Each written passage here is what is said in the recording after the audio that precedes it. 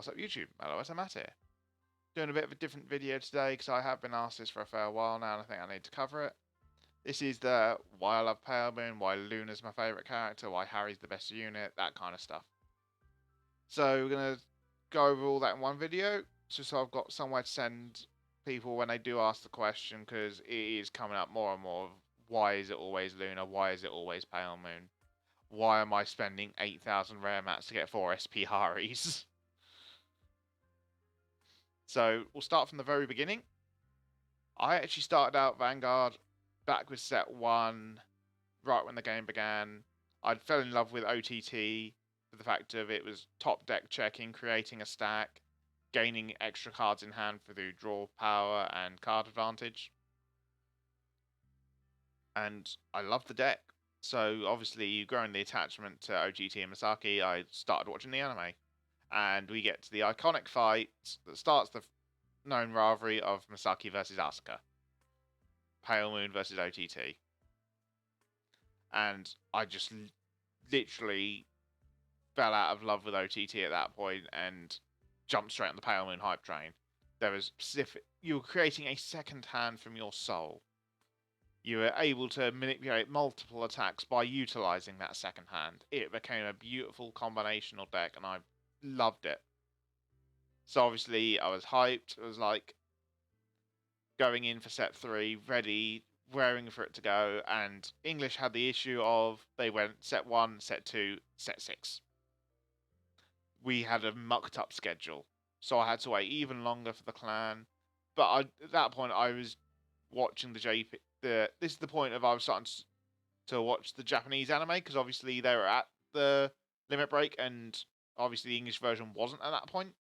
So I swapped over to the Japanese anime to watch, so I knew what was coming, and then obviously Lucia happened.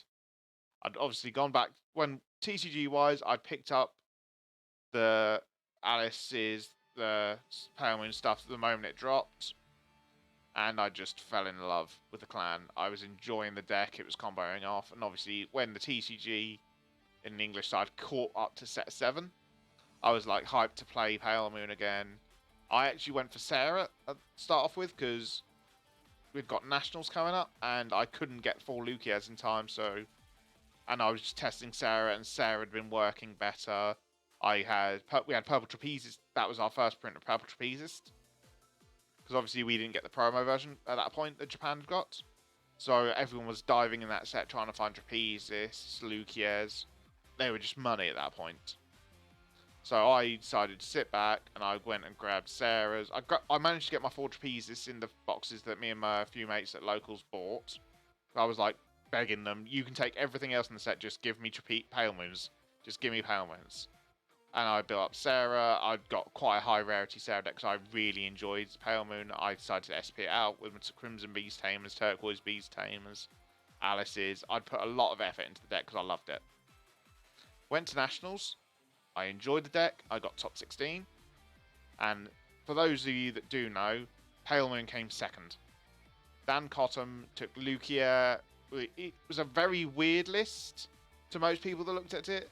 You could see he'd done so much calculations of the Midnight Invader with Turquoise made 21k columns. He'd got Goal Across the Gap to abuse Lucier's skill. He wasn't actually focusing on Lucier's limit break, but more on Lucier's let's gain 3,000 power and make big numbers, which was really nice.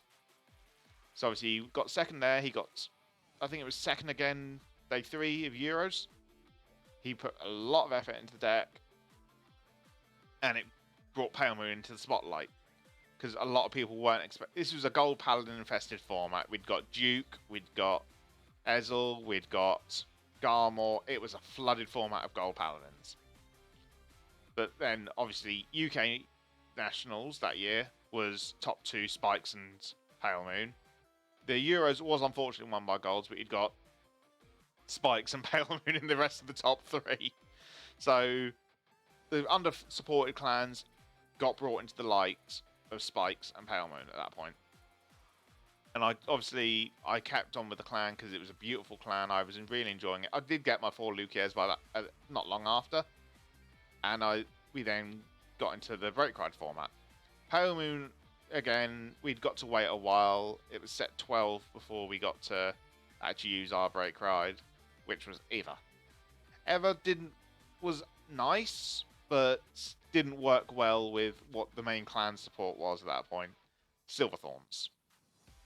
So me being me, I wasn't. I did grab the Silverthorn stuff, but it just didn't resonate with me so much. So I actually focused more on Miracle Pop Eva and utilizing it with base Lugia to gain the power gains. I literally took Dan Cotham's idea from Nationals and utilized it with the break ride, making big columns, having massive numbers, 5 multiple attacks, having the pressure with Alice's still, trapezes for the break ride combos to restand your entire board in one turn.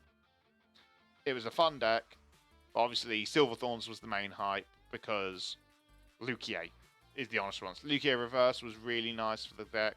You'd obviously got Marasika Ana for the on-hit pressure. That point, but that it wasn't right at that point because we obviously Marasika and Ana were on hits, Vanguard only, and obviously you could guard at that point, so it was got pressure, but it wasn't just performing just quite right yet. Then we get to the end of break ride format, we get Venus, we get Zelma, we get Ionella, not Ionella, Emil. Emil's the starter. Ionella was the old one. You get Emil. We can actually make a deck. We actually had it now, but you can full on filter your deck. Irina, obviously, in the TCG, didn't shuffle the deck. So you could create a stack. You can filter through quickly with Emil. You can literally make an entire stack of triggers in your deck, and it was beautiful. This is where Pale Moon really shined. The deck carried us all the way through Legion because we got no Legion support. And obviously, whilst this was all happening, I was still keeping up with the anime. So when we start the G side of the TCG, I'd already grown long into the anime, and we were about G set 3, G set 4-ish time. And obviously, I knew nothing was coming for Pale Moon outside of we got Clifford and Mystique Luquier as our only 2 strides from the Fighters collection. Which obviously Mystique was really nice for the deck. Clifford was an on-hit, so it wasn't that amazing, but it was just something. And then obviously TCG caught up, but to the start of G, and we then started carrying along and like, okay, where's the Pale Moon side? Where's the Pale Moon side? And then Gears Crisis started. And we met best girl, Luna. This is the first time that Pale Moon's got such a prominent character in the anime. Luna was right center of it. She was very key to the Gears Crisis. And she was Pale Moon. Pale Moon got a trial deck because of her. And we then were introduced to Magia and Hari. And this is where my love for Pale Moon went even further. They gave Luna such an amazing storyline of she was doing this to protect Arm. Because Arm has got an issue with her parents. Luna wants to protect Arm. Luna then finds out about the whole depend card situation and Arm's peacekeeper. Luna wants to protect her even further, and then gets taken over by the Zodiac Time Beast spirits. She fully wants to protect Arm, and then obviously Arm then realizes that it's gone too far. Tries to protect Luna back. And we get that very, very involved, deep storyline. It gets beautiful. They put so much love and development into both Luna and Arm. And Luna literally is my favourite character because they put so much effort into her. You can tell her emotions. You can see that she's trying to better herself to help out others. Beautiful. And then obviously whilst that was going on, Hari had come out with Magia. This is Pale Moon's keyword, and it was beautiful. It literally utilised kept the calling from the soul, which is what Pale Moon was known for, but Magia tucked everything back in at the end of turn that you called. It kept your resources for the following turn. You were not losing hand advantage because you were having to lose rear guards. You were doing this every turn, manipulating your soul, manipulating your field. this was a beautiful time for Pale Moon. We had Pacific Soul Charge. We had the ability to not lose. As I said, we were not losing hand because obviously you called straight from Soul because Hari's on stride skill was when stridden upon, call something from Soul, which obviously you normally called Periton, which called something else, which obviously set 6 we then got the Cat Knight Boots, which was when you strode you called it from Soul, which then called something else. You got Cutie Paratrooper. You created a board from nothing, which is beautiful. And then everything went back in, and you could do it again next turn to make the board from nothing, everything go back in. And Pale Moon was becoming the most resourceful deck in my eyes. Because you weren't losing hand. Your hand was being literally there for, this is my stride, this is for guarding. It was beautiful time. Pale Moon really were developing well. Then obviously we got to the end of Gears Crisis, and the Luna Arm story finished. So obviously Luna then faded back out into the same sort of role that Asuka was of, she'll appear once in a while to show off the Pale Moon stuff. But at that point, I'd fallen in love with Luna. She was the favourite character. This was never going away. And then obviously the next wave of support Pale Moon got was the character booster We Are Rami Labyrinth. And they brought out the second form of Hari, who also had the Rami Labyrinth rare, which I will show about here-ish. Rami Labyrinth Hari was beautiful. He had the on-place filtering the deck to Soul, so you get Pacific Soul Charge. He'd got the fact of striding to call. He'd kept the whole old part of Hari of creating a field. He'd also got the fact of when things went into Soul, you then regaining resources from the Soul to your hand, because it said when rear guards put Soul, you can put a grade 3 from Soul to hand, so you were getting your stride fodders for the next turn. But it wasn't your turn restricted, so obviously you'd got the Marja that manipulated your Soul on your opponent's turn. So you got so much to work with. And then Clifford came out. Not Clifford. Fairfield came out. Fairfield was our GR and SGR of the set. And he was beautiful. He let you return the triggers you'd accidentally Soul Charged back to deck. To then create an amazing column of this unit here can't be targeted by card effects both sides or trigger effects and gains power. So it gave us, because the one thing we were suffering to, which was very prominent in the meta at the time, was Denial Griffin. This was our Denial Griffin counter, because Denial Griffin couldn't kill the column we were mass pumping. So it was really nice for the deck. And the Pale Moon support carried on, and it was really nice. We then hit V. V was an interesting format, because obviously this was the start of the reboot. I will admit, I did fall out around the time of Gizeh and all that, because I'd got health issues.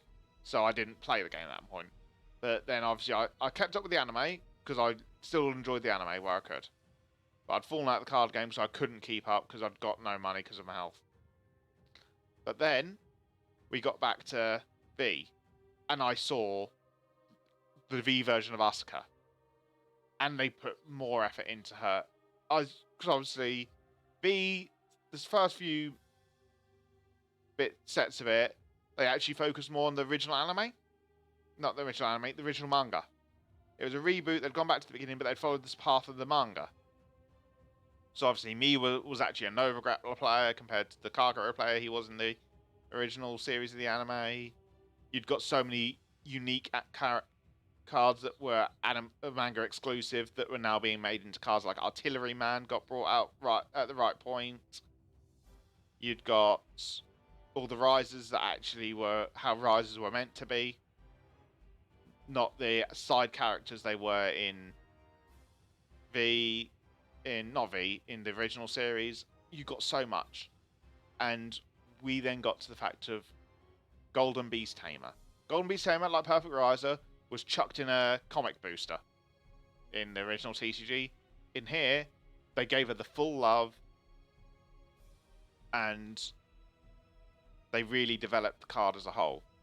Obviously, they showed it further by, because obviously Pale Moon, each clan at that point was being assigned markers: Force, Protect, Accel. And to promote, obviously, Pale Moon's multi-attacking style, Pale Moon got the Accel markers, which obviously was really nice because it gave you extra circles to call stuff and multi-attack with them. Golden Beast Tamer had got the skill of attacking, putting card from hand to soul to call more units from soul, create more multi-attacks. Alice had a complete retrain. Alice was now on attack instead of on hit. It became the base. Yes, it was only 12k base, but it was more the fact of it could now hit half the stuff, because obviously Protect and Accel were 12k base vanguards. Force was 13k. Not a good idea choice, but we can't get past that. But Alice could now actually hit half the stuff, because it could hit all the Accel decks, it could hit all the Protect decks. You did struggle with the Force, but obviously you got the Accel markers, which for us, it would create an additional circle, and the unit on that circle gained 10k, which is really good. So you were forcing big numbers whilst having multiple attacks. It was a really nice thing. Then obviously going further down the line, Gun Salute Dragon was, I think is the honest response. People weren't that fond of it. And then obviously we get to the what was deemed as the Break Ride format for V Series. And they returned the Queen to us again. Lucia came back, she was strong, she was powerful, and obviously at this point we'd got Force 2, Accel 2, and Protect 2. And Accel 2 was like Accel in the fact that it gave the additional circle, but instead of it being 10k power, it was 5k power, but you drew a card. This was key, because obviously Pale Moon had to use so much hand to fuel the likes of Golden Beast, Tamer, and all the other stuff. And now Lucia came out with the full Silverthorn package. They reworked so much of them. There was consistency in the deck. They'd kept the deck filtering for trigger to create a stack of triggers. It was beautiful. Multiple attacks. It was a beautiful deck. And it worked really well. I believe, and we also had Dorian at that point, which did get hit, which now has come back again, which literally turned your fit. It gave the Magia ability to full-on Pale Moons at that point.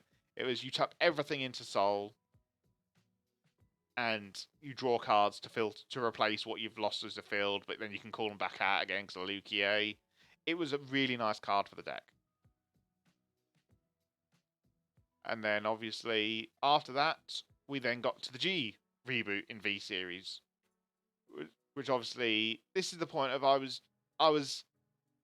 had picked up Silverthorns, but I hadn't got a consistent locals at that point.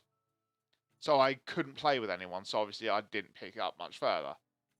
Then obviously Butterfly to Moonlight happened. And they brought back Best Boy. Harry came back again. And they didn't keep his Magia, which is unfortunate. But they kept his ability to call stuff from Soul. All the old units got retrains, but they then became Magia dolls. So the keywords stayed, but the actual tucking back to Soul didn't. But, well, it did per se, but not quite. Because, obviously, Harry was Counterblast 1, card from hand to Soul. No, sorry, Counterblast 1, discard a card, sorry. And you then called 2 cards from Soul to rearguard, or if your opponent was Grade 3, you called 4. So, obviously, they've got to be, he only called Magia dolls, and there had to be different names he called. So it was a bit of a weird one, but Harry then became beautiful. He then called... So obviously we got Periton, we got Mirror Master, we got Marja, and we got... No, we didn't get Marja, we got Prana, sorry, and we got Lunatic. All remade key units for the deck back in the day, because Mirror Master was our PG, Periton was our main Grade 2 that we called to actually create a field, and Prana and Lunatic were the good strides. So they all got remade into Magia dolls to keep that lifelike feeling. Jacqueline got brought forward, but not as Magia doll support. And then we got the new part of the deck. We got Lord Pigeon. We actually got Harry's Pigeon finally made as a card as Lord Pigeon Pop, which then used magic tricks to return the pigeon. So the pigeon would theoretically go into the hat, and then the dragon would come out. Starry Pop Dragon would then come out of the hat. So it was literally a magic trick. They kept the multi-attack in the deck. And Starry Pop was beautiful as a card. Gaining 5k for each of your Magiadol rear guards. He created extra Axel markers. And the other key bit was Harry actually itself turned the deck into more of a performance, because your Axel markers, instead of where you'd obviously old Pale Moon was you got an army of markers. Harry took that one step further and turned the markers into a stage. He literally, every time you would create a force marker, it would go onto a stack. And the unit that was on that stack would gain the ability of all the markers that were underneath it. So you're creating a performance stage. Pop worked around that performance stage. Starry Pop added more markers to that performance stage. You were getting really beautiful stuff out of the deck. Then obviously we've now got to D. No signs of actually a Pale Moon ride line yet. We've got key iconic cards, like obviously Clifford is very much a Pale Moon card. You've obviously got Barrow-Magnus that's taken the Pale Moon mechanics of into Soul, out Soul. You've got Leonard that's literally calling from Soul. But there's no specific Pale Moon ride line. This is a Pale Moon deck yet. So we've got to wait and see for that one. But I'm very hyped for them. Pale Moon as a whole, we've had our long run, but I've really enjoyed being the Pale Moon fan that I am, the Pale Moon main. But as much as I don't like using the word, I am a Luna simp. I love Luna. She is the best character in the game. And Harry will always be my favourite unit. I loved the Rummy Labyrinth rares.